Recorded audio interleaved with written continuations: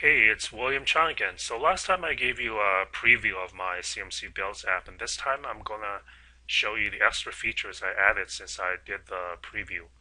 First, I'll go to the command line where I have my code stored in the CDAO CMC Builds directory, and to run the app, you just do Grails, prod, and run dash app, and hit enter.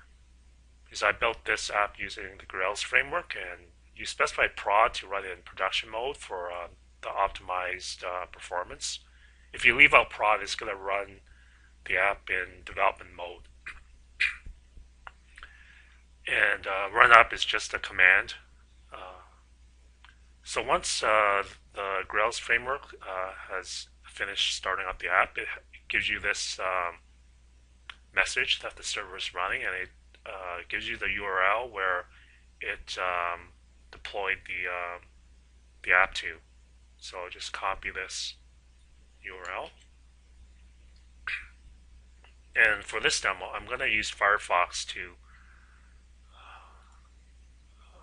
as the browser, just to show you that my UI works with different browsers, because previously I used Chrome for the preview. There's some minor differences which I'll talk about. Okay, first, the first extra feature I am going to show you is let's just do the create and validate build. Okay, I need to enter. Okay, I'll enter this issue.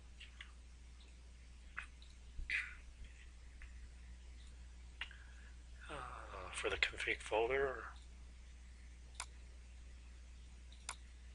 this is where I have my build properties and login.txt as it says in the form here. Okay, paste that in. And for the builds parent folder, where I keep all my local builds, that's here.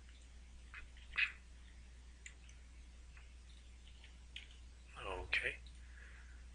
And click go. So this is the first extra feature, this working status message.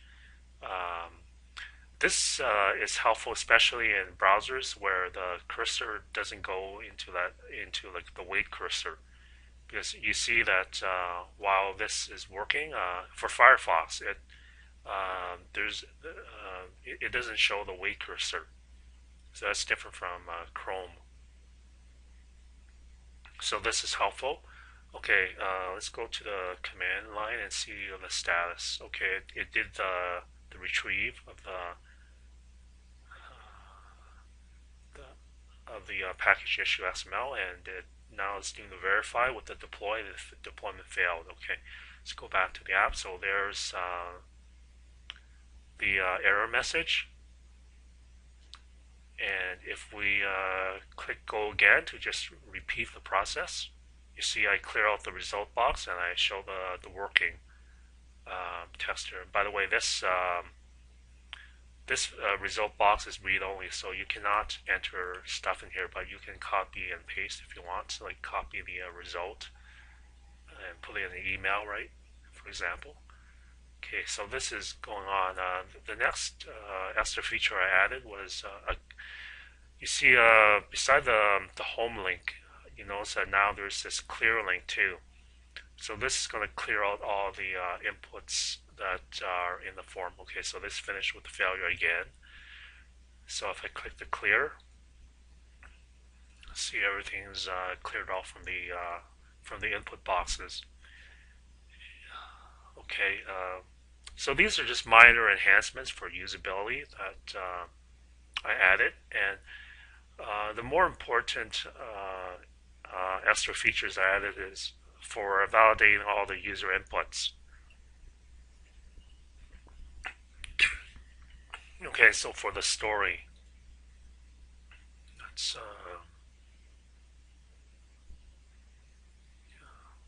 okay, use this one, this story name. Actually, let's use the issue again. Okay, the issue and config folder.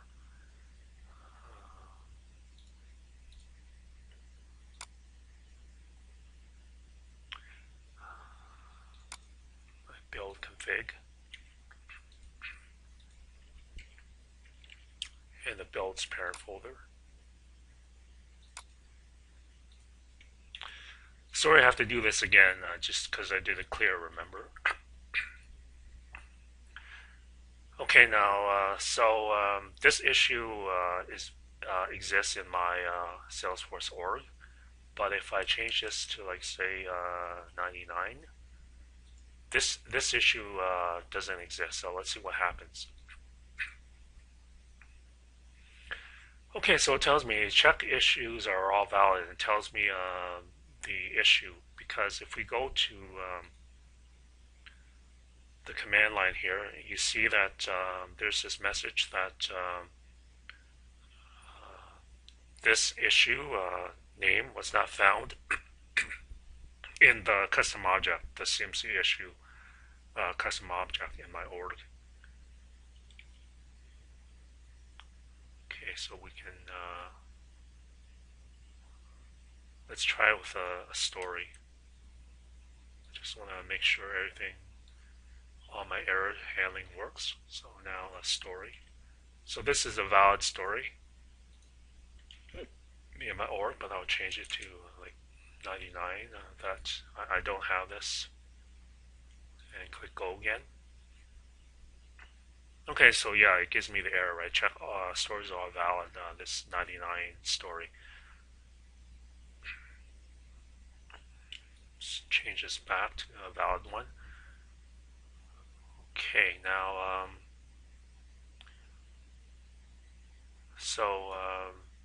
for the credentials, like if I actually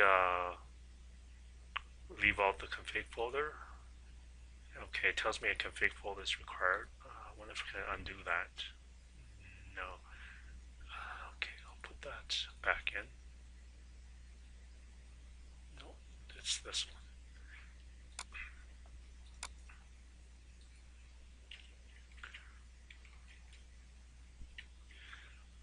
Okay, so my credentials are in this this config folder here, and I want to show you what happens if the credentials are wrong. So this is the original CMC build script folder that was provided in the challenge. So I'll just take this build.properties. First, I'll back up my own one. So build.properties William. Actually, first let's do the login text, because the login text is used to connect to the org with the stories and issues. So that's the first org that's going to be used. Let's back up this one. And I'll copy the one from the challenge, the login text. Paste it in here. Okay, and let's look at what's in here. So this one is Nathan Schilling's credentials with no password. Okay, so this definitely will not work, right? So let's verify that. Okay, go to Firefox and just click go. So it's working. Yeah, so it tells you invalid login, right? With the message from Salesforce, invalid username, password, or security token, or user locked out. Okay. So that verifies the login text. Let's go back and okay, I'm going to delete this Nathan's credentials, and I'll rename this back. So I'm using my credentials now. Okay, now the build.properties. This is used.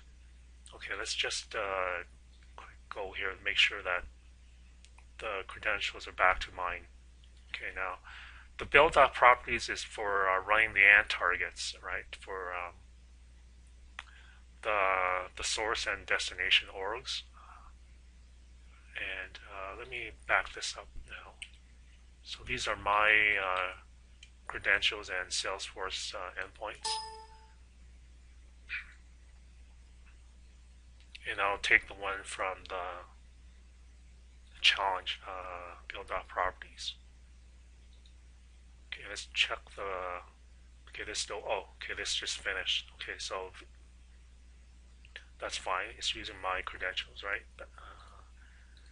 Okay, now in my config folder, I'll paste in the one from the challenge build.properties. Let's check out what's in there.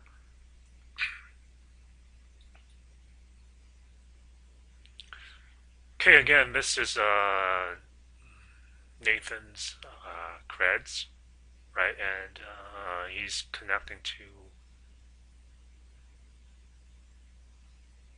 yeah, login salesforce.com for doing the retrieve, and for the verify deploy, he's going to test.salesforce.com. Okay, that makes sense. And different, yeah. Okay, so let's test this out. And there's no password, right? So obviously this is gonna fail. Let's verify that. Okay, same inputs. Go. Let's check the. Oh, okay. So it failed. The build. Yeah, if password cannot be an empty string for the retrieve target. If we go to the console, you see that that happened here at this step. So it actually went through getting hitting the CMC. Okay, first it gets the session ID, right? You see the session ID from Salesforce here. That's for my credentials based on my credentials in the config folder. So it got the session ID, then it calls my mock endpoint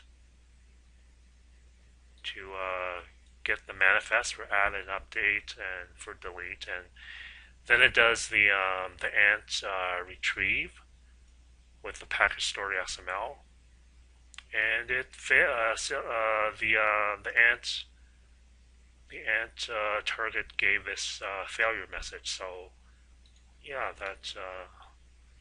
that works. Well, the error validation works. Okay, I think. What else can I demo? I think that's it in terms of the validation. So I'll just wrap up this extra features demo. Thanks.